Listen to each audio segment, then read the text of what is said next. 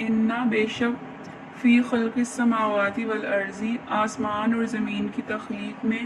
واختلاف اللیل والنہار اور دن اور رات کے آنے جانے میں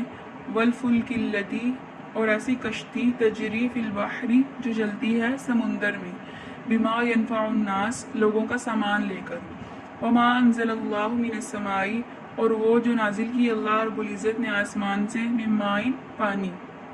فاحیا به الارض اور پھر اس پانی کے ذریعے زندہ کیا زمین کو بعد موتها زمین کے مردہ ہونے کے بعد وبث فیہا بثا مطلب پھیلا دیا فیہا اس زمین میں من کل دابہ ہر قسم کا جانور وتصریف الریاح اور ہواؤں کا چلنا والسحاب المسخر اور بادلوں کا مسخر کرنا بین السماء والارض آسمان اور زمین کے درمیان لآیات یہ ساری کی ساری نشانیاں ہیں لقوم یعقلون ایسی قوم کے لیے جو عقل مند ہو۔ اللہ رب العزت نے قرآن کریم میں جگہ جگہ کائنات کے ان حقائق کی طرف توجہ دلائی ہے جو ہماری آنکھوں کے سامنے پھیلے ہوئے ہیں۔ اگر ہم ان پر نظر دوڑائیں غور کریں تو اللہ رب العزت کے وجود اور اس کی توحید پر دلالت کرتے ہیں۔ کعبہ جو تھا اس میں جو مکہ معظمہ تھا، کعبہ کے اندر مشرکین کے 360 بت رکھے ہوئے تھے اور ان 360 بتوں کو مشرکین مکہ مانتے تھے، ان پر عقیدہ رکھتے تھے۔ انہیں جب یہ اوپر والی آیت نازل ہوئی وَإِلَٰهُكُمْ إِلَٰهٌ وَاحِدٌ کہ تمہارا معبود تو صرف ایک ہی ہے، انہیں یہ سن کر بڑی حیرت ہوئی کہ اتنے بڑے نظام کو چلانے والی ذات صرف ایک ہی کیسے ہو سکتی ہے۔ تو پھر اللہ رب العزت نے آگے تفسیر بیان کر دی کہ زمین کو پھیلانے والا، آسمان کو پیدا کرنے والا اور سورج اور چاند اور ستارے پیدا کرنے والا اور کشتیوں کو چلانے والا اور زمین کو اس کے مردہ ہونے کے بعد زندہ کرنے والا، مطلب زمین جب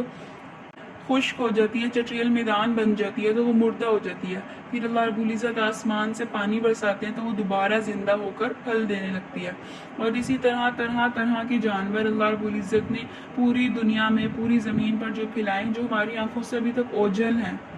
اور 7 سمندر جو اللہ رب العزت نے بنائے، پھر ان سمندروں کے سے ایک دوسرے سمندر تک خشکی کا جزیرہ بنایا، پھر ان سمندروں کے اندر جو کشتیاں ہیں وہ چلتی ہیں انسانوں کے نفع کے لیے اور انسانوں کا بھاری بوجھ اٹھا کر۔ اسی طرح ہواؤں کا مسخر ہونا اور ستاروں کا رات کو نکلنا اور دن میں چھپ جانا، تو یہ ساری کائنات کو جو چلانے والی ذات ہے وہ صرف اور صرف اللہ رب العزت کی ذات ہے۔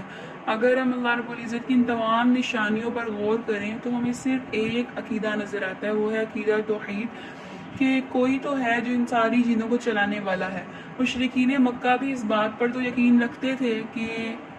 آسمان اور زمین کو چلانے والی کوئی ذات ہے، لیکن وہ تقسیم کرتے تھے، وہ شرک کرتے تھے کہ 360 بت ہیں تو 360 ایسی ذاتیں ہیں جو آسمان اور زمین کو چلانے والی ہیں۔